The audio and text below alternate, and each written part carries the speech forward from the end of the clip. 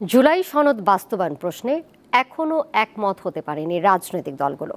জামায়াত ও NCP সহ কয়েকটি দল গণভোট কিংবা বিশেষ সাংবিধানিক আদেশের মাধ্যমে সনদ বাস্তবায়ন চাইলেও বিএনপি ও বাম দলগুলো বেশিরভাগ দল এর বিরোধিতা করে বলছে এতে অন্তর্বর্তী সরকারের বৈধতা নিয়ে প্রশ্ন উঠবে। আগামী মাসের শুরুতেই জুলাই সনদ বাস্তবায়নের বিষয়ে চূড়ান্ত সিদ্ধান্তে পৌঁছাতে চায় জাতীয় ঐকমত্য কমিশন। ওয়ালটন এখন দেশের সীমানা পেরিয়ে পৌঁছে গিয়েছে 50টিরও বেশি দেশে।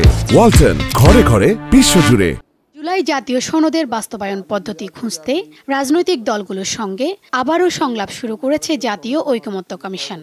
ইতোমধ্যে জামায়াত সহ 7টি দল নির্বাচনের আগে জুলাই সনদের পূর্ণাঙ্গ বাস্তবায়নের দাবিতে আন্দোলনেরও ডাক দিয়েছে। বৈঠকে অন্তর্বর্তী সরকারের অধীনে জুলাই সনদ বাস্তবায়নের পক্ষে মত দেয় জামায়াত সহ কয়েকটি দল। এক্ষেত্রে গণভোট চায় তারা। কনস্টিটিউশনাল অর্ডারের মাধ্যমেই এটা বাস্তবায়ন করতে হবে, প্রয়োজনে এরপরে গণভোটে আমরা যেতে পারি। এই অল্প কয়েকজনের মধ্যেই বলছে জুলাই ঘোষণাপত্রের কি ভিত্তি আছে। তাহলে আগামী দিনে যদি কেউ বলে যে জুলাই ঘোষণাপত্রের কি ভিত্তি আছে, আমরা এটা পার্লামেন্টে পাশ করব না।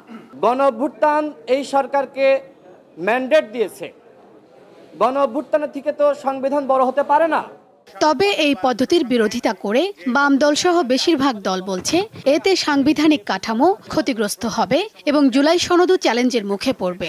এমন কোনো পদক্ষেপ নেওয়া ঠিক হবে না যাতে এই অন্তর্বর্তী সরকার যে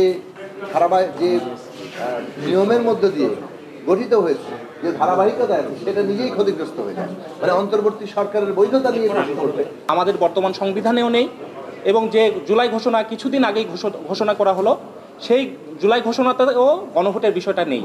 তাহলে এটা আসলে সাংবিধানিক ওয়েতে নিতে হলে এটা কিভাবে কার্যকর করবে? পরবর্তী নির্বাচিত সরকারের উপর জুলাই সনদ বাস্তবায়নের কাজ ছেড়ে দেওয়ার পক্ষে মত দিয়েছে বিএনপি সহ অধিকাংশ রাজনৈতিক দল।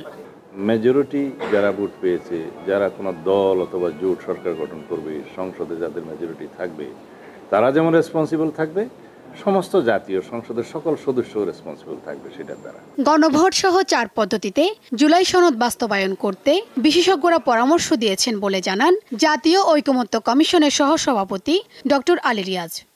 আমাদের বিশেষজ্ঞ প্যানেলের কাছ থেকে যে সুপারিশ পাওয়া গেছে, যেটা তারা বলছেন যে তারা ঐকমত্য কমিশনকে এই মতামত দিচ্ছেন যে আমরা এটা সরকারের কাছে সুপারিশ হিসেবে হাজির করতে পারি।